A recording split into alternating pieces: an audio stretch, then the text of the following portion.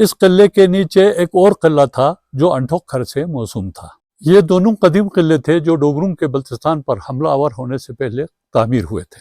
السلام علیکم ناظرین، میں ہوں وزیر محمد فیروز اور آپ دیکھ رہے ہیں سیاچن ٹائمز کا خصوصی پروگرام کھرمہ تاریخ کے آئینے میں۔ اہل بلتستان کو اپنے اسلاف سے بہت سارے تاریخی ورثے ملے ہیں، جن میں سے اکثر تاریخی ورثوں کے آثار و نقوش اب بھی جا بجا دیکھنے کو ملتے ہیں۔ ضلع شگر اور خپلو میں اگر خانقاہیں اور تاریخی مساجد ہیں تو دوسری جانب کھرمہ کو تاریخی قلعوں اور محلات کی وجہ سے جانے جاتے ہیں۔ زمانے قدیم میں یہاں بہت سارے قلعے تعمیر ہوئے، جس کی وجہ سے اس علاقے کا نام کرتاسا سے کھرمہ ہو گیا۔ میں اس وقت کھرمہ خاص میں موجود ہوں۔ یہاں پہاڑی کے اوپر قدیم زمانے میں ایک عظیم شان قلعہ موجود تھا جسے بوتیکھر کہا جاتا تھا۔ اس قلعے کے نیچے ایک اور قلعہ تھا جو انٹھوکھر سے موسوم تھا۔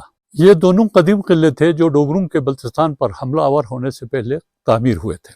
لیکن میرے پیچھے جو محل کی عمارت نظر آ رہی ہے اسے سومکھر کہا جاتا ہے۔ یہ محل دریائے سندھ کے کنارے پر واقع ہے۔ یہ عمارت اپنی طرز تعمیر میں بلتستان کے اہم تاریخی عمارتوں میں سے ہے۔ یہ محل کھرمہ کے راجہ علی شیر نے ڈوگروں کے بلتستان پر حملے کے بعد تعمیر کیا تھا، لیکن وقتاً فوقتاً اس عمارت کی مرمت کا کام ہوتا رہا، جس کی وجہ سے اس محل کی تعمیر کے حوالے سے کچھ نئے تاریخ کا اضافہ ہوا۔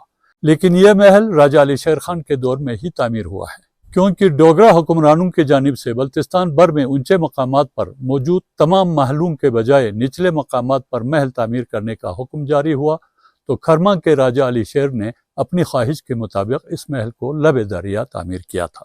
یہ محل آج سے کم و بیش 180 سال پرانا ہے۔ یہ عمارت 3 منزلہ ہے اور اس کی 3 بالکونیاں ہیں۔ بالکونیوں میں موجود کھڑکیوں کی جالیوں پر باریک بینی سے کام کیا گیا ہے۔ یہ خوبصورت جالیاں اس محل کے رونقوں کو دوبالا کرتی ہے۔